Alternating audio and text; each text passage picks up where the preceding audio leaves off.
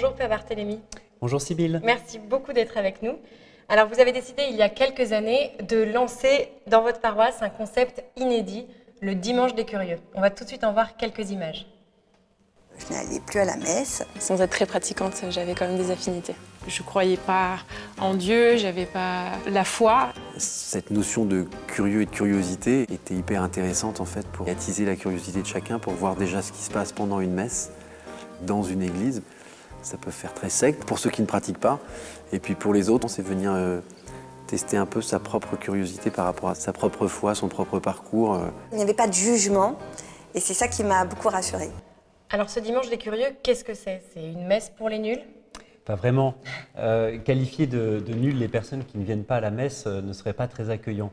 Le principe du Dimanche des Curieux est simple. J'invite mes paroissiens pendant un mois à prier pour 3 personnes qu'ils connaissent et qui ne pratiquent pas ou ne pratiquent plus.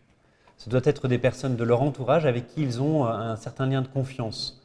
Au bout de ce mois de prière, les paroissiens sont invités à inviter les personnes pour lesquelles ils ont prié, à assister à une messe spécialement destinée pour ceux qui ne vont pas à l'église. N'oublions pas combien il peut être intimidant de se retrouver dans une célébration quand nous ne maîtrisons pas les codes, les rituels, les réponses, les gestes. Au bout de quelques minutes déjà, un nouveau peut se sentir complètement perdu. Pourquoi certains sont à genoux quand d'autres sont debout? Le Dimanche des Curieux est là pour faciliter la découverte de ce moment crucial pour les chrétiens qu'est la messe. Les chants, les textes, l'accueil, tout est fait pour que les invités se sentent bien. On a choisi d'appeler cette journée Dimanche des Curieux parce que la curiosité, c'est une qualité, parce que c'est une façon aussi de reconnaître l'effort qu'ils font pour dépasser leurs préjugés et venir à l'église. Non, la curiosité n'est pas toujours un vilain défaut. Alors vu de l'extérieur, assister à une messe, c'est pas si simple. Il y a un langage, des rites, un cérémonial, ça paraît incompréhensible. Vous croyez que faire venir des personnes un peu loin de l'Église ou du Christ à la messe peut les convertir? C'est pas un peu risqué? C'est sûr que conduire quelqu'un à la messe peut sembler un peu contre-intuitif. Au long d'une vie chrétienne, en raison de l'habitude, de la lassitude, il y a des moments où la messe peut revêtir un caractère d'obligation un peu plus fastidieux que joyeux.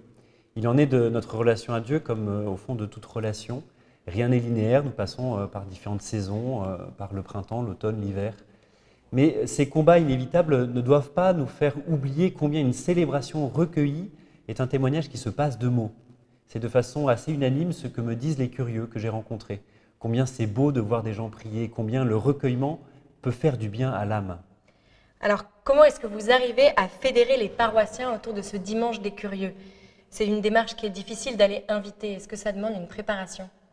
À travers le Dimanche des Curieux, j'avais le désir de montrer à mes paroissiens que l'évangélisation n'est pas réservée à une élite hyper instruite et motivée. Lorsque nous proposons de faire de l'évangélisation de rue, peu de mes paroissiens s'en sentent capables. Avec le Dimanche des Curieux, je voulais transmettre la conviction qu'évangéliser passe par des gestes simples et accessibles à tous. Que risquons-nous en faisant cette invitation? Au pire, un vent, une incompréhension, parfois une petite raillerie. Mais si l'invitation est reçue, la porte peut s'ouvrir à un chemin dans lequel l'Esprit Saint peut passer. C'est exactement d'ailleurs ce qu'il s'est passé sur le bord du lac de Tibériade, lorsque André et Jean, enthousiasmés par la rencontre d'un homme qui a touché leur cœur, sans réfléchir, vont voir Pierre pour l'amener à Jésus. Puis c'est le tour de Philippe qui court vers Nathanaël et lui dit « Viens et vois ». Jésus lui-même avait adressé cette même invitation « Venez et vous verrez ». Ce début de l'évangile de Jean est magnifique, on sent une énergie contagieuse. Nous avons là tous les ingrédients du Dimanche des Curieux. Nous voulons amener des personnes à Jésus. Nous ne sommes pas invités à tracter dans le métro. André s'est adressé à quelqu'un de son entourage, qu'il connaissait, son frère. Ensuite, il ne lui a pas fait de fausses promesses. Il lui a dit simplement « Viens voir, viens te faire une idée ». Il ne s'agit pas de promettre monts et merveilles ou de se prendre pour une sorte de commercial de Dieu. Nous sommes juste l'élément conducteur pour amener vers le Christ. Nous ne savons pas comment le Seigneur s'y prendra, ce qui touchera ou ce qui ne touchera pas. Nous sommes surpris d'ailleurs. Une chose est sûre, si nous ne jouons pas notre rôle d'invitant, le Seigneur, lui, ne pourra pas agir. Et si vous deviez faire le bilan? Alors c'est difficile de répondre à votre question, Sybille. Je ne sais pas si le Seigneur aime trop qu'on cherche à comptabiliser les résultats. Je dirais qu'il y a d'abord des fruits au sein de ma propre communauté chrétienne. Ce projet a réveillé la conscience missionnaire de ma paroisse.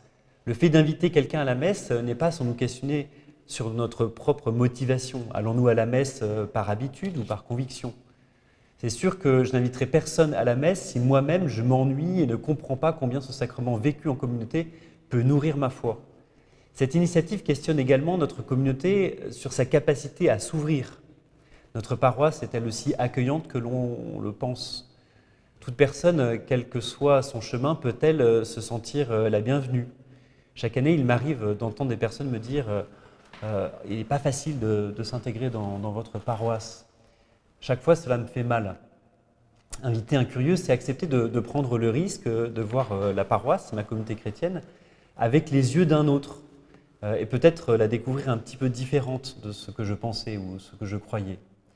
Je suis persuadé que l'évangélisation ne peut porter du fruit si nous ne mettons pas tout en œuvre pour faire grandir l'accueil et la vie fraternelle. Jamais nous n'inviterons quelqu'un à la messe si nous ne nous sentons pas heureux dans notre communauté chrétienne. C'est ce que Jésus d'ailleurs dit dans l'Évangile, c'est à l'amour que vous aurez les uns pour les autres que tous vous reconnaîtront comme mes disciples.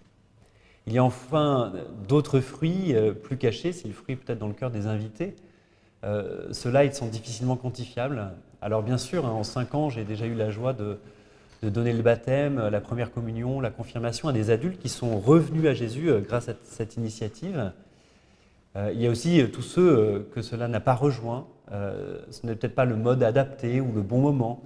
Il y a également ceux qui partent après avoir passé un bon moment, mais qui ne vont pas immédiatement retrouver le chemin de l'Église.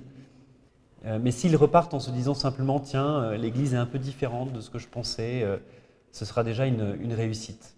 Jésus nous a prévenus, autre est le semeur, autre le moissonneur. Nous, notre job, c'est de semer. Merci beaucoup mon père. On termine la semaine avec vous.